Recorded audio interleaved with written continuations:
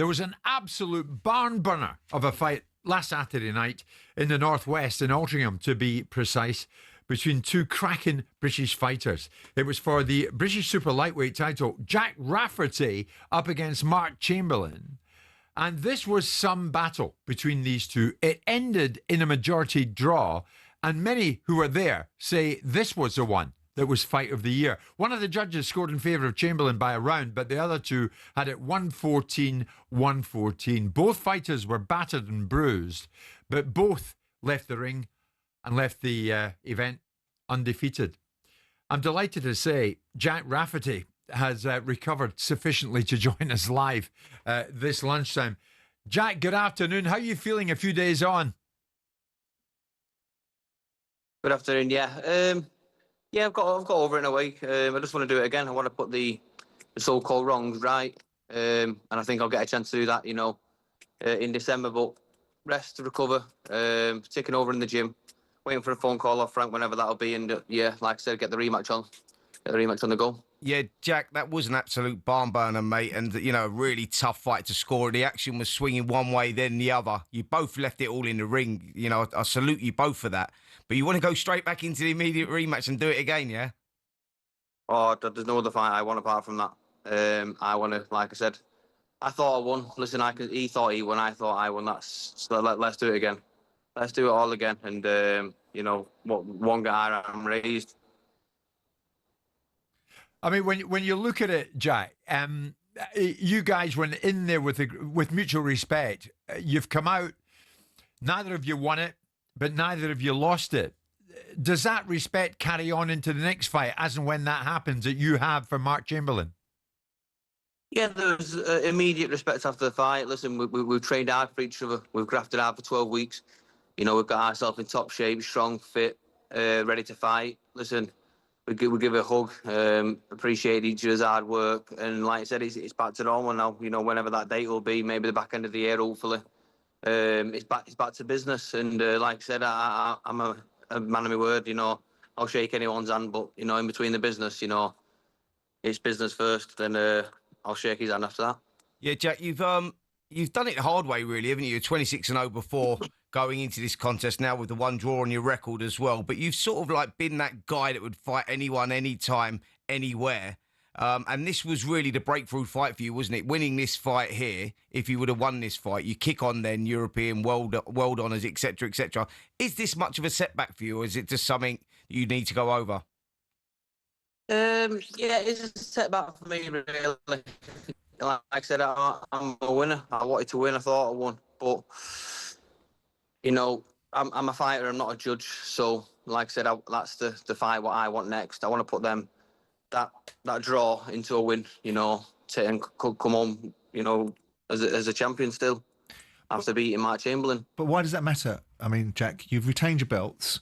You're in a very competitive division where commercial opportunities will be presented to yourself. You've been in a great fight. Why does it matter so much to you? Is that the right commercial decision, or is it about you feeling that this is an injustice, or you feeling that you need to really reinforce your position? Because by retaining the belts, there's other people in your division that potentially you could start to look at, which is Adam Azim and Dalton Smith, and start to really earn some proper dough. Why is this rehashing of the same fight so important to you?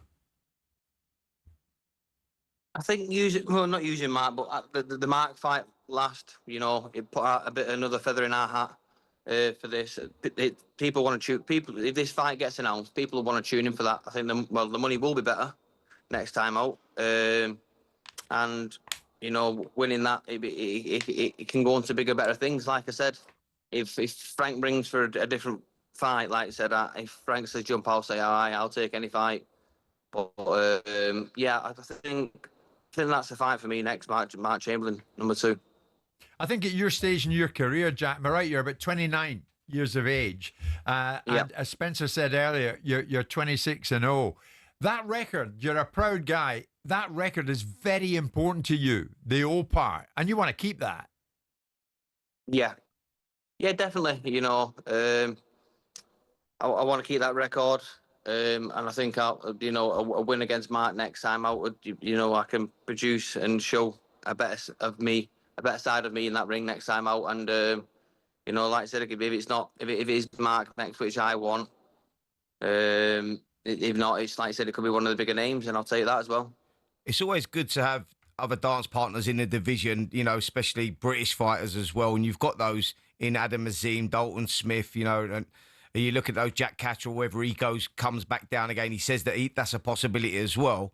But then they're the bigger names you want, aren't they? How far off do you see yourself from them? Or is that a fight, if that was potentially put to you, you would take one of those names? I think I'm there now. I think I'm there now. Take them fights. If that's next, I'll take that 100%. Like your big names, like you said, these are the ones that are paying mortgages off. Not like a minute to pay mortgages off, but you know, I've got no pension, so you know, like I said, these will help.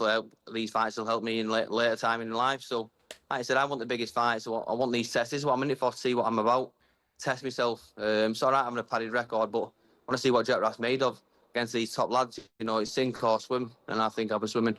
Did Mark Chamberlain surprise you, Jack? I mean, obviously he came in off the back of the much noise about being Turki Al-Sheikh's favourite fighter. Obviously he lost to Josh Padley, and Josh Padley took the opportunity to fight Shakur Stevenson. Did Mark Chamberlain surprise you in that fight? No, I think he surprised himself. I think fair play to him for staying in there. There's some, you know, there's some rounds there, but you know, 7th onwards, I thought fair play to him staying up, and you know, 10, 11, and 12, his eyes were a mess, and but you know, I think he surprised himself more than anything, and yeah, probably it's all right me saying it now. I should have got him out of there because he woulda, coulda, shoulda's in it, but I didn't do. So next time I will have to do and not leave it into the judge's hands. So you're looking at next time then, Jack.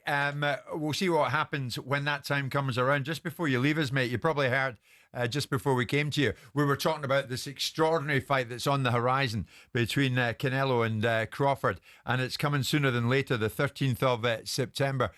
Where'd you go with that one? Can you is it possible to pick a winner? I think there is, yeah. I think it's Crawford. I just think he's special. I just think he absolutely rises to every occasion and more. You seen it with Spence last time out, you know, what a masterclass. And I think, you know, people saying he's small, but we've seen the size of him now. Yeah, so I think my money will be going on Crawford. Okay, Jack, listen, thanks for joining us. A few days after that barn burner of a fight, as we said, up in the Northwest, when Jack drew the fight in the end with Mark Chamberlain, and they want to do it again, as boxers do. On AM, on DAB, via the talkSPORT app, and on your smart speaker. talkSPORT.